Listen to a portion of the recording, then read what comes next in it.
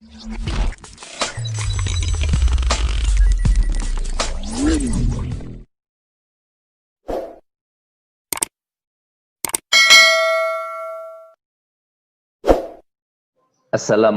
warahmatullahi wabarakatuh.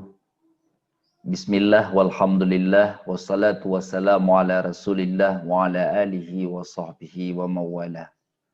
Amma ba'du, teman-teman semuanya, terima kasih sudah bergabung di dalam perkuliahan hari ini. Pada kesempatan kali ini kita akan membahas tentang komponen pengetahuan yang kedua, yaitu epistemologi. Sejalan dengan perkembangan pemikiran manusia di mana perbincangan dan pembahasan mengenai ilmu pengetahuan itu mulai mencari titik perbedaan antara berbagai hal, termasuk diantaranya mencari persekutuan di dalam penyelidikan perbedaan tersebut. Kemudian orang mulai dapat membedakan antara filsafat dengan ilmu pengetahuan. Demikian pula halnya membedakan antara filsafat dengan agama dan antara agama dengan ilmu pengetahuan. Penempatan kedudukan yang berbeda, demikian pula perbedaan pengertian fungsional dari ketiga masalah yang telah kita sebutkan tadi. Itu seringkali menimbulkan berbagai macam sikap yang kurang bahkan tidak menguntungkan bagi manusia itu sendiri. Karena itu terjadi karena pahaman tentang perbedaan itu. Ilmu yang kita ketahui secara umum adalah penjelasan tentang konsep fakta-fakta, baik itu fakta alam, budaya, baik itu berupa gagasan, ide, konsep, maupun fakta sosial atau fakta agama yang perlu dijelaskan. Nah, penjelasan itu diwujudkan dalam bentuk teori. Hakikat fakta dijelaskan oleh filsafatnya. Karena itu, setiap ilmu pasti memiliki filsafatnya. Filsafat ilmu itu sendiri merupakan analisis mengenai prosedur dan logika dari penjelasan ilmiah. Materi kajiannya itu ada 3, yakni ontologi, apa yang dikaji oleh ilmu. Yang kedua, epistemologi, itu membahas mengenai sumber, prosedur, metodologi, dan validitas ilmu atau bagaimana cara mendapatkan ilmu. Dan yang ketiga itu adalah aksiologi.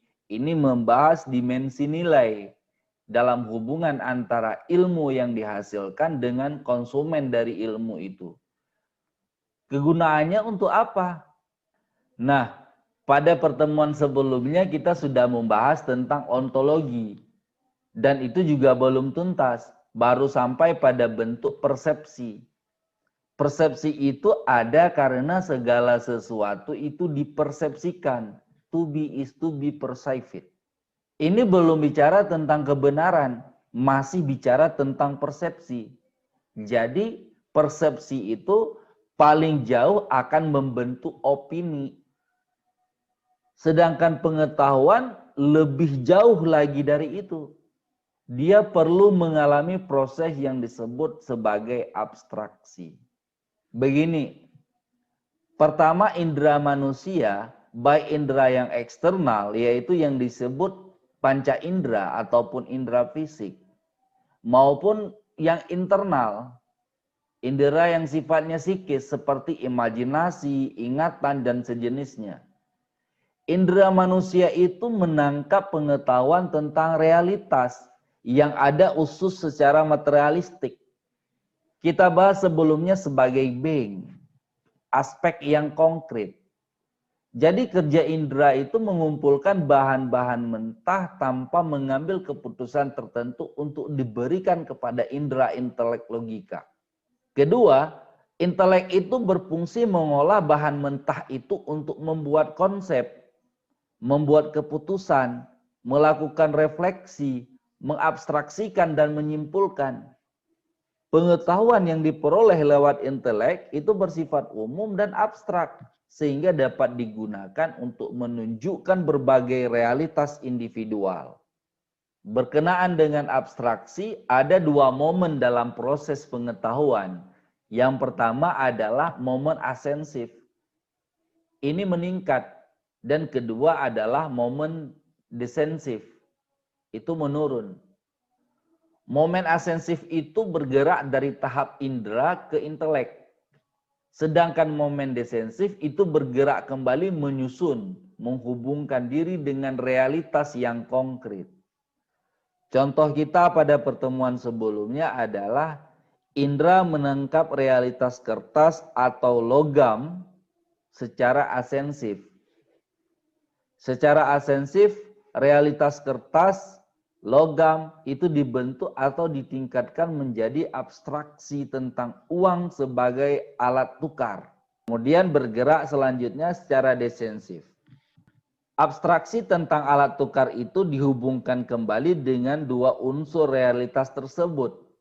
Maka proses desensif ini dapat diperluas lagi ke kertas atau logam sebagai realitas itu. Kalau memiliki ciri-ciri yang disebut sebagai alat tukar, maka itu disebut sebagai uang. Misalnya Bitcoin atau uang digital. Itu juga uang sebagai alat tukar. Itu yang kita bicarakan pada pertemuan sebelumnya, yaitu persepsi. Kita sekarang lebih kepada abstraksi. Abstraksi itu merupakan proses untuk menghasilkan abstrak. Proses ini dapat disebut proses immaterialisasi. Ia berusaha membersihkan sifat-sifat materialistik dari realitas-realitas yang ditawarkan oleh indera. Sebagaimana gerak momen asensif.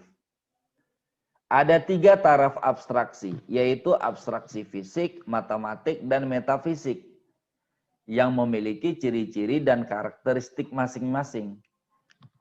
Nah, dengan memahami abstraksi ini, maka kita sudah masuk dalam ranah memahami epistemologi. Diskursus mengenai epistemologi itu merupakan terma yang menarik untuk dibahas, karena epistemologi merupakan basis utama bagi perkembangan ilmu pengetahuan.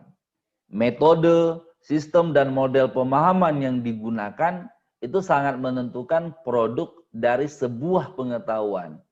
Karena itu, problem rusaknya pemikiran, kerancuan, dan keraguan dalam memahami pengetahuan yang dialami oleh manusia umumnya akibat dari kekeliruan epistemologi. Epistemologi ini menempati posisi yang sangat strategis karena ia membicarakan tentang cara untuk mendapatkan pengetahuan yang benar, mengetahui cara yang benar dalam mendapatkan ilmu pengetahuan, dan berkaitan erat dengan hasil yang ingin dicapai, yaitu berupa ilmu pengetahuan. Dengan kata lain, epistemologi ini merupakan sebuah pisau analisis untuk memperoleh ilmu pengetahuan yang benar. Epistemologi ini ibaratnya sebuah alat bedah yang dapat melakukan pembedahan terhadap suatu masalah agar bisa mendapatkan kebenaran dari masalah tersebut. Pada kelanjutannya, kepiawaian dalam menentukan epistemologis akan sangat berpengaruh pada warna atau jenis ilmu pengetahuan yang akan dihasilkan. Kalau kita lihat lebih jauh, epistemologi ini merupakan cabang filsafat yang membicarakan tentang asal-muasal, sumber, metode, struktur, dan validitas atau kebenaran pengetahuan. Dalam kaitannya dengan ilmu, landasan epistemologi ini mempertanyakan bagaimana proses diperolehnya ilmu pengetahuan, bagaimana prosedurnya, hal-hal apa yang harus diperhatikan agar mendapatkan pengetahuan yang benar. Apa yang disebut dengan kebenaran itu? Apa kriterianya? Dan cara atau tekniknya atau sarana apa yang membantu dalam proses mendapatkan ilmu pengetahuan tersebut. Baik teman-teman semuanya. Epistemologi secara bahasa itu merupakan kata gabungan yang diangkat dari 2 kata dalam bahasa Yunani, yaitu episteme dan logos. Episteme itu pengetahuan. Logos kita juga sering mengartikannya sebagai pengetahuan. Tapi logos ini adalah pengetahuan yang sudah menjadi suatu teori dan lazim dipakai untuk menunjukkan adanya pengetahuan yang sistematik. Secara ringkas kita pahami bahwa epistemologi itu adalah teori tentang pengetahuan. Epistemologi itu mengkaji apa sumber-sumber pengetahuan, dari mana pengetahuan yang benar itu ada, dan bagaimana manusia dapat mengetahui. Ini semua adalah problem asal atau persoalan yang pertama yang dikaji dalam epistemologi. Kemudian bagaimana watak dari pengetahuan, apakah ada dunia yang real di luar akal, dan kalau ada, dapatkah manusia mengetahui? Ini semua merupakan problem penampilan terhadap realitas atau persoalan yang kedua dalam epistemologi. Sedangkan apakah pengetahuan manusia itu benar atau valid, bagaimana membedakannya antara kebenaran dan kekeliruan, ini merupakan problem mencoba pengetahuan ataupun verification yang merupakan persoalan yang ketiga yang dikaji oleh epistemologi. Dalam tradisi filsafat itu kebanyakan dari mereka yang telah menemukan jawaban terhadap persoalan-persoalan tersebut dapat dikelompokkan dalam salah satu dari dua aliran. Yang pertama adalah aliran rasionalisme. Dan yang kedua adalah empirisisme. Kelompok rasionalisme berpendapat bahwa akal manusia itu sendirian tanpa bantuan orang lain dapat mengungkapkan prinsip-prinsip pokok dari alam. Sedangkan kelompok empiris berpendirian bahwa semua pengetahuan itu terbatas pada hal-hal yang hanya dapat dialami. Memang jelas di sini terdapat hubungan yang lazim antara metafisik dan epistemologi.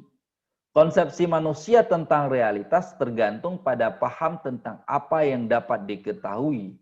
Sebaliknya, teori pengetahuan manusia tergantung kepada pemahaman manusia terhadap diri dalam hubungannya dengan keseluruhan realitas. Dengan demikian, epistemologi ini dapat diartikan sebagai pengetahuan sistematik mengenai pengetahuan.